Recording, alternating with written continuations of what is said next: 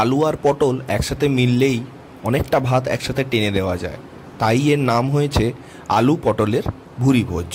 চলুন দেখে নিই খুব সোজা ও সুস্বাদু এই রান্নাটি। কড়াইটি উনানে দিয়ে ভালো করে গরম হয়ে গেলে তাতে আমরা দিয়ে দেবো সরষার তেল।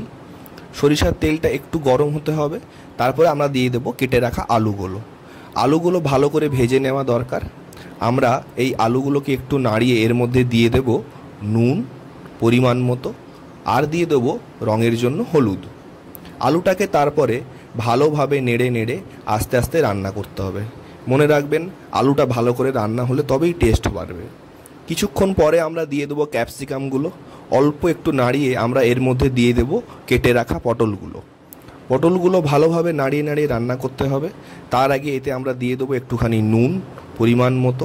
এবারে চাপা দিয়ে আস্তে আস্তে রান্না করলে দেখুন কালারটা কি সুন্দর চেঞ্জ হয়ে যাচ্ছে।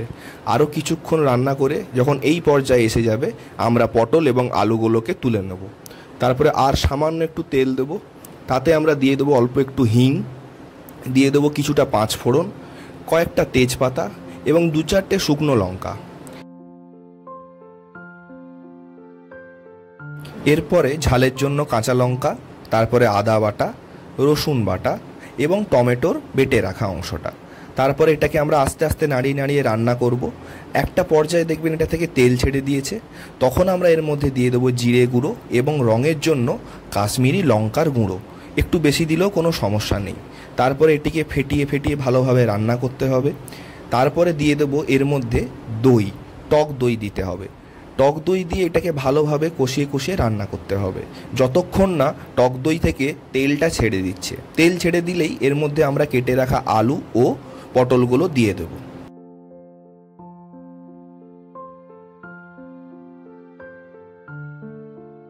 বেশ কিছুক্ষণ রান্নার পর এই জায়গায় এলে আমাদেরকে দিয়ে দিতে হবে সমস্ত কিছু ধোয়া জল। এই জলটা হচ্ছে সিদ্ধ হওয়ার জন্য আলু আর ইঁচড়গুলো। তারপরে আমরা দিয়ে দেবো কিছুটা সবজি মশলা, কিছুটা গরম মশলা এবং এটাকে ভালোভাবে নাড়িয়ে নেব। রান্না শেষ, একটা পাত্রে তুলে নিন। উপর থেকে ছড়িয়ে দিন কিছুটা কসুরি মেথি। টেস্ট করে দেখুন, বাড়িতে বানিয়ে ভালো লাগবে।